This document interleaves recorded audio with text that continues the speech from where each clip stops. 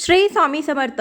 जन्माला आलेल्या प्रत्येक प्राणीमात्राला एक ना एक दिवस मृत्यूला सामोरं जावंच लागतं.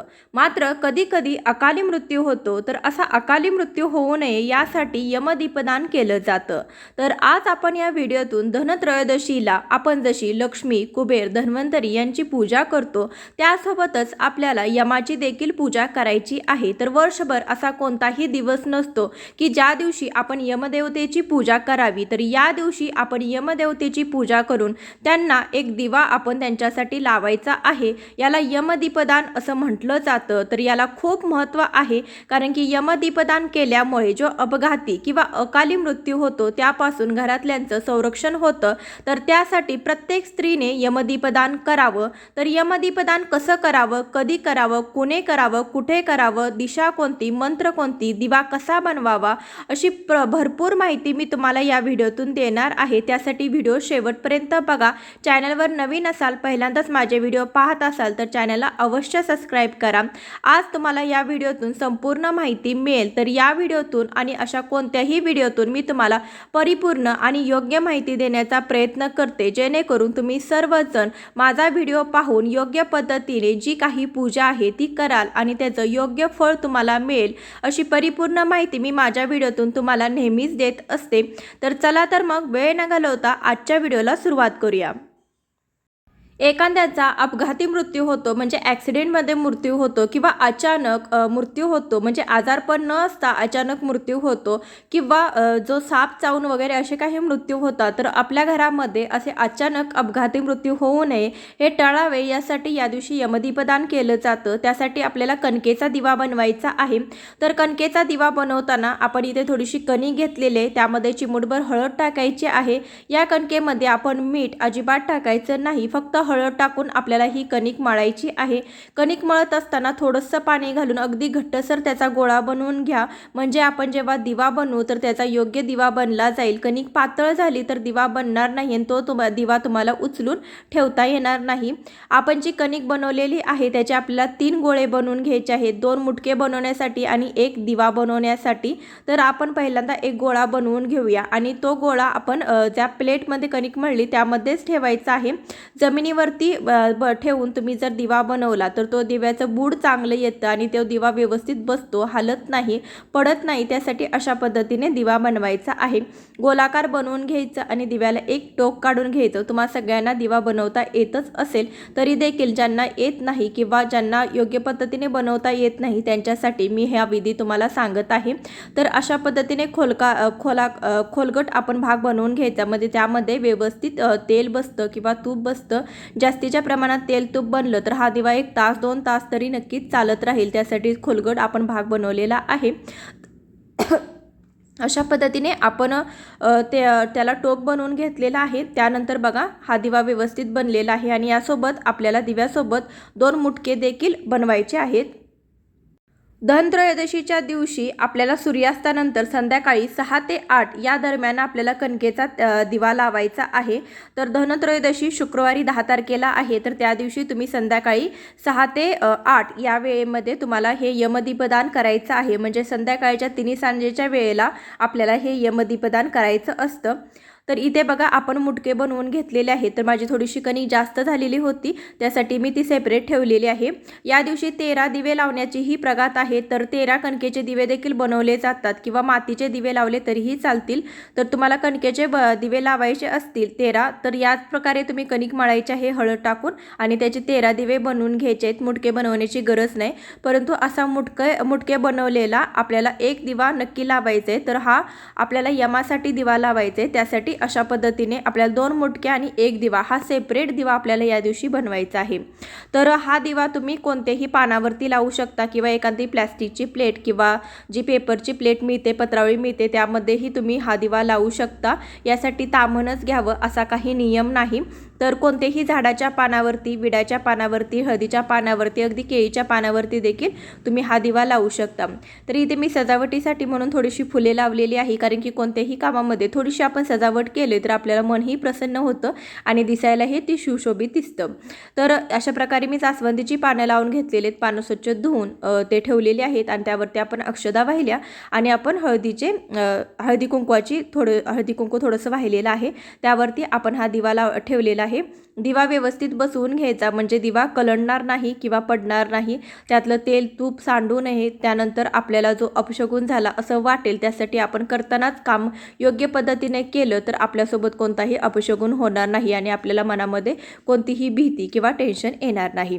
तर बघा यावरती जोडवात लावलेली आहे. त्यामध्ये तुम्ही तेल किंवा तूप घालायचं आहे. तुमच्याजवळ जे अवेलेबल आहे ते तुम्ही घालू शकता. म्हणजे जे तुम्ही पूजेसाठी तेल वापरता ते तेल घातलं तरीही चालेल किंवा तुम्ही गाईचं तूप घातलं तरीही चालेल. तर जे मुटके आपण बनवलेले होते 2 तर ते दिव्याच्या आपण दोन्ही बाजूला डाव्या उजव्या बाजूस व्यवस्थित ठेवायचे आहेत. त्यामध्ये तेल किंवा तूप घालून घ्यायचं आहे. तर हा दिवा आपल्याला दक्षिण दिशेला लावायचा असतो, घराच्या बाहेर लावायचा असतो. तर हाच मुख्य नियम आहे की तुम्ही घराच्या बाहेरच हा दिवा लावायचा आहे दक्षिण दिशेला तोंड करून.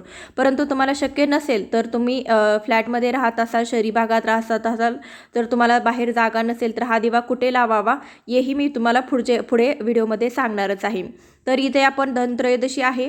हळदीचं लेपन आपण करून घेतलेलं आहे उंबरठ्यावरती. आपल्या घरासमोरची जी काही जागा आहे ती पाण्याने स्वच्छ धुवून घ्यायची आहे किंवा तुम्ही सडा टाकू शकता. तर धनत्रयोदशीचा दिवस आहे, त्यामध्ये शुक्रवार देखील आहे. त्यामुळे आपण हळदीचं लेपन हे आवर्जून करायचं आहे.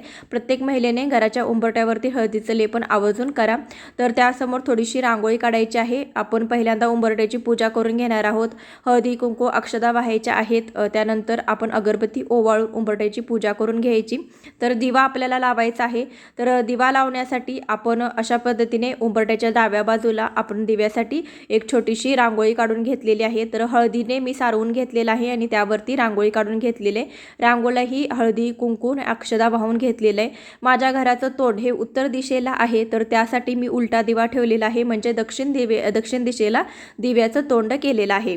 म्हणजे तुमच्या घराचं तोंड जर पूर्वेकडे असेल तरी देखील तुम्ही जो दिवा लावणार आहात तर तो दिवा तुम्ही त्याचं तोंड हे दक्षिण दिशेला करायचं आहे. तर इतर कोणत्याही दिवशी आपण दक्षिण दिशेला तोंड करून दिवा लावत नाही, परंतु या दिवशी आपण यमासाठी हा दिवा लावत आहोत.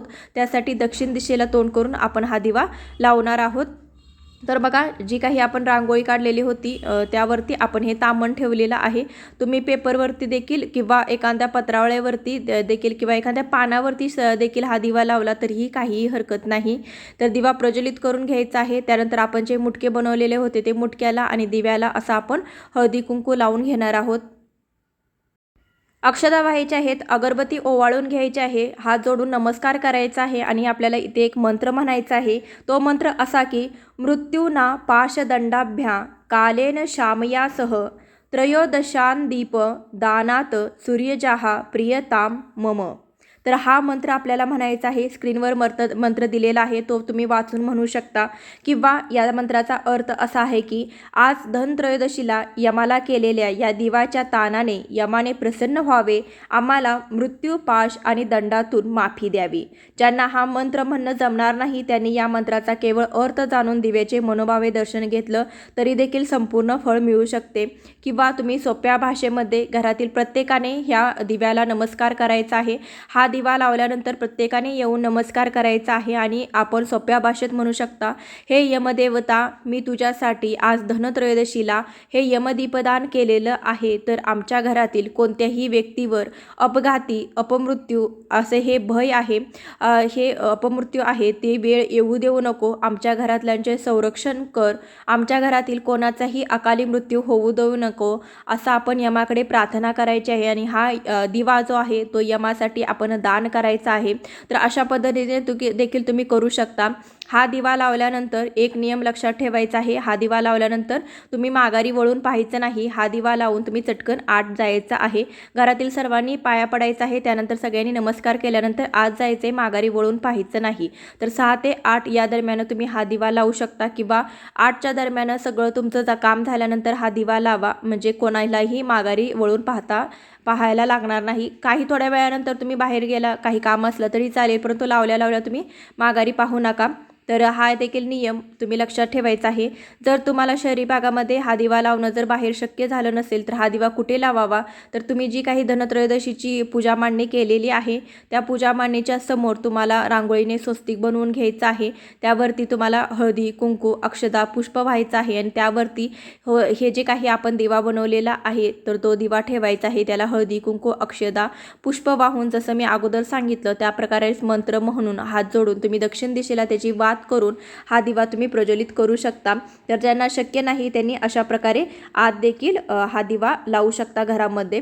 तर शास्त्रामध्ये असं देखील सांगितलं आहे की देहामध्ये 13 प्रकारचे सूक्ष्म वायू असतात आणि त्यामुळेच आपला देह सजीव वस्तू आपण जिवंत असतो ना त्यावेळेस 13 प्रकारच्या वायूंपैकी कोणताही एखादा वायू तरी कमी झाला तरी आपल्या देहाला रोग होतो, आपण बेशुद्ध पडू शकतो किंवा आपला मृत्यू होऊ शकतो.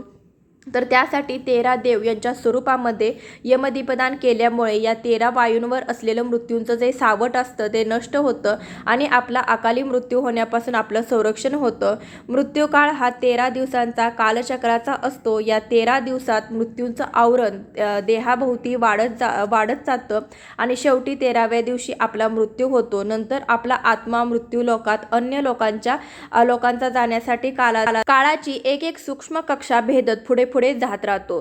तर तुम्हाला माहीत असेल कारण की कोणत्याही व्यक्तीचा मृत्यू झाल्यानंतर आपण 13व्या दिवशीपर्यंत म्हणजे 13वा करेपर्यंत आपण प्रत्येक दिवशी त्यांचं श्राद्ध करत असतो, एक विधी करत असतो. कारण की यमदीपदान करण्यामागे देखील कारण म्हणजे 13 दिवसात मृत्यूचं आवरण जे आपल्या देहावर जी वाढत जातं त्याची अटकाव करणं हे देखील जेणेकरून अकाली मृत्यू होण्यापासून आपला बचाव होईल. त्यासाठी धनत्रयोदशीला आपल्याला जे काही यमदीपदान करायचं आहे त्यावेळेस 13 दिवे लावायचे आहेत. तुम्ही हा एक दिवा यमदीपदान म्हणून कसा लावायचा तो मी सांगितलेला आहे. त्यानंतर तुम्ही 13 मातीचे किंवा 13 कणकेचे दिवे तुम्ही लावू शकता. हे दिवे घराच्या समोर आपण धनत्रयोदशीला दिवे लावतो तर त्यावेळेस आपण जे दिवे लावणार आहोत तो तुम्ही 13च्या संख्येत लावू शकता. 13च्या संख्येत घराच्या बाहेर तुम्ही 13 दिवे लावू शकता. यामुळे देखील यमदेवता प्रसन्न होते आणि आपल्या घरामध्ये अकाली मृत्यू कोणाचाही होत नाही. त्यासाठी 13 दिवसाचं महत्त्व देखील मी तुम्हाला 13 या संख्येचं महत्त्व देखील मी तुम्हाला सांगितलेलं आहे. तर तुम्ही 13 दिवे घराच्या बाहेर लावू शकता किंवा धनत्रयोदशी ही 13व्या दिवशी येते अश्विन महिन्याच्या, त्यामुळे 13 ह्या संख्येला खूप महत्त्व आहे. 13व्या दिवशी आपण 13 दिवे लावल्यानंतर आपल्या धनामध्ये आपल्या घरातल्या जे धनधान्य आहे, समृद्धी आहे त्यामध्ये देखील 13 पटीने वाढ होते असं देखील सांगितलं जातं. त्यामुळे या दिवशी 13 दिवे लावले जातात. तर हे 13 दिवे जे आपण लावणार आहोत ते 13 दिव्यातला पहिला दिवा आपण देवघरासमोर लावायचा आहे. दुसरा दिवा जी आपण पूजा मांडणी केलेली आहे तिथे लक्ष्मीसमोर लावायचा आहे. चौथा दिवा आपल्या किचनमध्ये लावायचा आहे. 5वा दिवा तुळशीसमोर लावायचा आहे. 6वा आणि 7वा दिवा आपल्या उंबरठ्याच्या दोन्ही बाजूंना लावायचा आहे. 8वा दिवा आपण आपल्या जे बाथरूम आहे त्याच्या समोर लावू शकतो. 9वा 10वा दिवा आपण आपल्या हॉलमध्ये लावू शकतो. 11, 12, 13 दिवा हे दिवे तुम्ही घराच्या बाहेर किंवा तुम्ही टेरेसवरती देखील लावू शकता. तर असं 13 दिवे लावले जातात. तर या प्रकारे तुम्ही धनत्रयोदशीला 13 दिवे लावू शकता. तर हे 13 दिवे लावण्याचं जे काही महत्त्व आहे ते असं आहे. तर अशा पद्धतीने आपल्याला यमदीपदान करायचं आहे. तर तुम्हाला शक्य झालेच तर हे सगळे नियम पाळून तुम्ही यमदीपदान नक्की करावे. त्याचं तुम्हाला नक्कीच फळ मिळेल. त्यासोबत 13 दिवे कसे लावायचे, कुठे लावायचे हे देखील मी तुम्हाला सांगितलेलं आहे. तर प्रत्येक व्हिडिओतून मी तुम्हाला परिपूर्ण माहिती देत असते आणि त्यामागचं महत्त्व देखील समजावून सांगत असते. तर तुम्हाला माझे व्हिडिओ आवडत असतील तर नक्कीच जास्तीत जास्त लोकांपर्यंत शेअर करा. माझं एकच मत आहे की प्रत्येकाने योग्य पद्धतीने योग्य पूजा करावी आणि संपूर्ण फळ मिळवावे. तर तुम्ही देखील योग्य पद्धतीने अशा पद्धतीने 13 दिवे लावा. कसे कुठे लावायचे ते सांगितले आहेत आणि यमाचा हा दिवा दक्षिण दिशेला तोंड करून नक्की लावा. सांगितलेला मंत्र देखील म्हणा. व्हिडिओ कसा वाटला हे कमेंटद्वारे सांगा आणि जास्तीत जास्त लोकांपर्यंत शेअर करा. कारण की तुमच्या नातेवाईकांनी, तुमच्या मित्रमैत्रिणींनी देखील अशा प्रकारे यमदीपदान केलं पाहिजे. दिवाळीबद्दलचे परिपूर्ण व्हिडिओ आपल्या चॅनलवरती अपलोड होतच आहेत. चॅनलला सबस्क्राईब करा, शेजारील बेल आयकॉनही क्लिक करा. त्यामुळे जेव्हा मी नवीन व्हिडिओ अपलोड करील त्याचं नोटिफिकेशन तुमच्या फोनवरती येईल आणि तुमच्याकडून कोणताही व्हिडिओ मिस होणार नाही. चला भेटूया अशाच एखाद्या व्हिडिओसोबत. तोपर्यंत खूप खूप धन्यवाद. श्री स्वामी समर्थ. जय जय स्वामी समर्थ. माझ्याकडून तुम्हा सर्वांना दीपावलीच्या खूप खूप शुभेच्छा. स्वामीमय शुभेच्छा. बोला ज्योतिबाच्या नावानं चांग भलं.